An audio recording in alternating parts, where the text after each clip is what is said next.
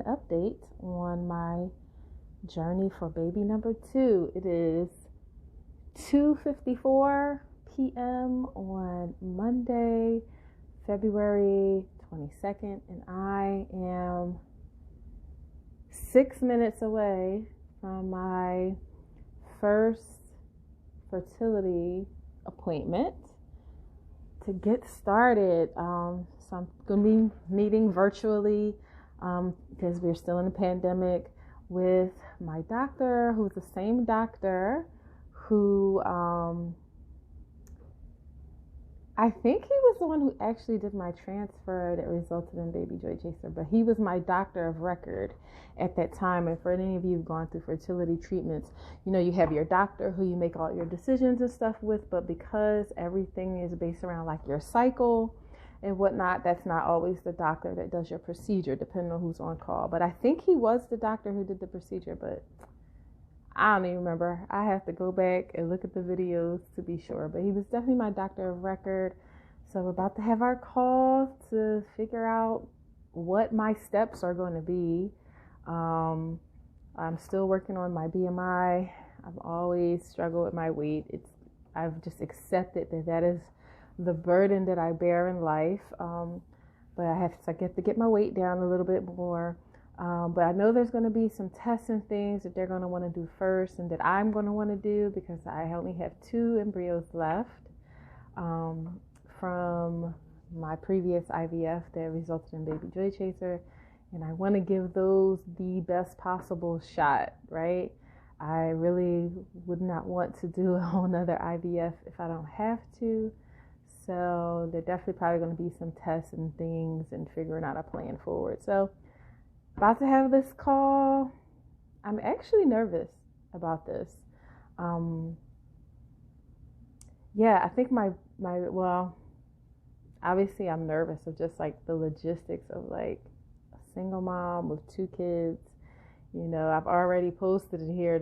I think I called it the good, bad, and ugly.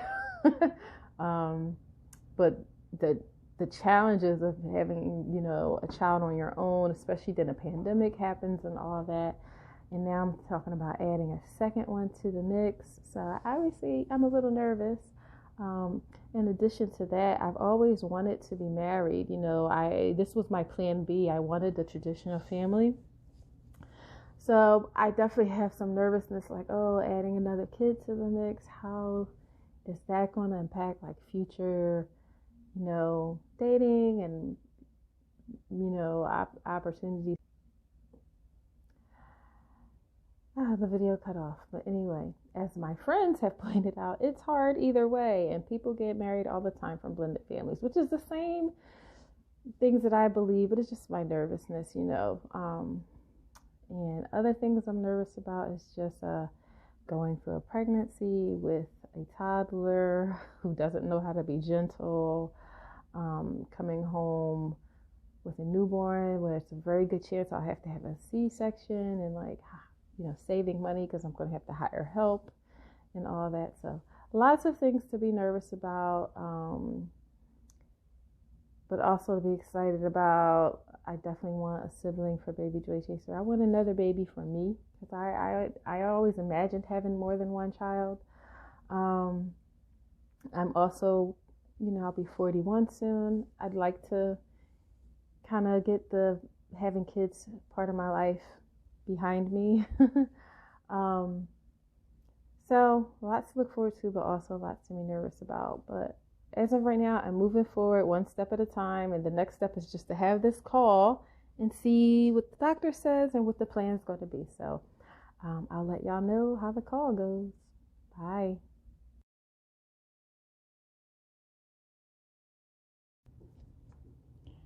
Okay, guys, so it's really happening.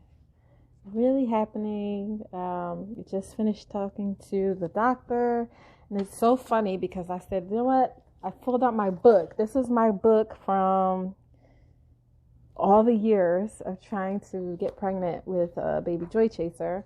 And it's funny, the first paper that I find, right, is my notes. And the date was February 25th, right? That was 2015. So it's 6 years later, almost to the day that I'm getting started officially for baby number 2. So the appointment went well. I'm looking at my notes. They're still being a stickler with this BMI, even though it's not related to the anesthesia, but whatever. I'm going to pick my battle on that one because I do want to lose weight, continue to lose weight anyway. But I am going to be doing another ERA, and we're going to do what we did last time that was successful, where we doubled up my progesterone. He wants me to increase the metformin dose that I'm on, which helps bring like your blood sugars down and your insulin, the amount of insulin your body has to make down, which helps with weight loss. And it actually has an impact on fertility. I'm not sure how or why, but it does, which is why I was put on it before. So the plan, I actually have a plan, right? The plan going forward, before I can do cycle, well, I don't know if I want to say cycle. Let's say attempt number 1 for baby number 2. The first thing that I need to do for the plan is I have to do blood work. So they're going to send me labs, and I'm just going to do them locally. I'm not going to go into the office because, you know, they're trying to avoid having people there unnecessarily because of the pandemic. So my next steps are continue to work. Oh my gosh, excuse me. Some water.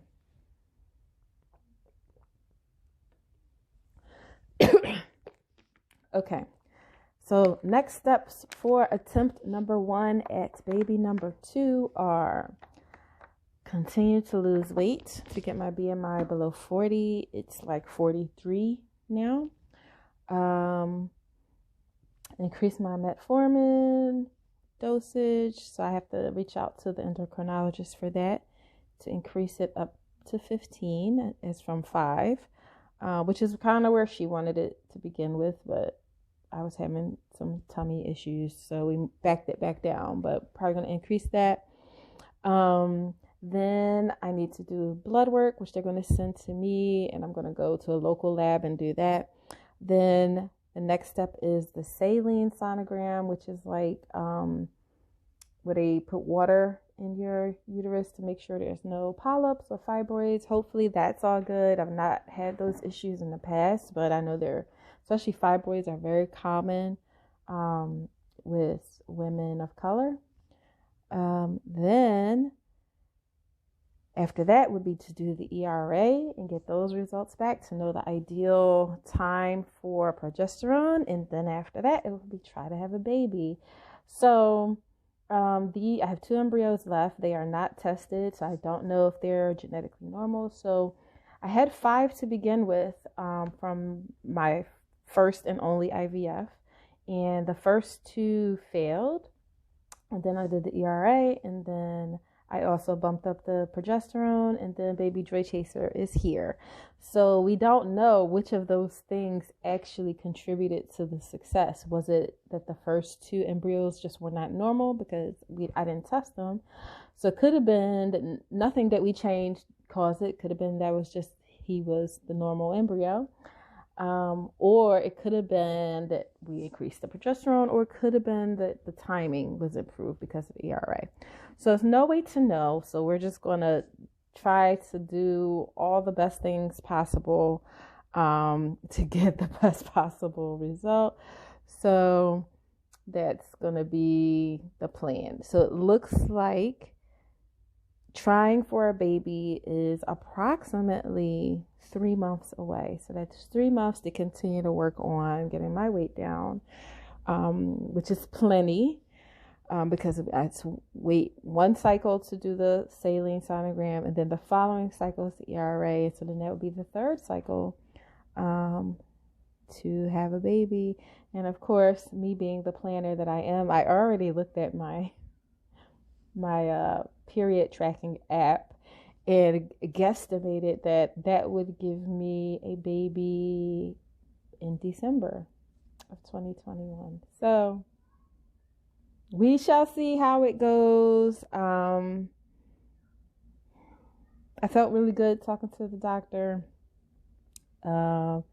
It's funny, they do their due diligence before, I guess, starting the appointment, because he was like, "Oh, how's the baby Joy Chaser?" Obviously, he said his government name, but it was like in my mind, I'm like, I know you looked in your notes that you didn't just have that memorized, but that was good that he looked, so that made me feel good. So we shall see how it goes. Fingers crossed. I hear baby Joy Chaser freaking out, so I'm gonna end the video here, and so it begins. All right, guys. Bye.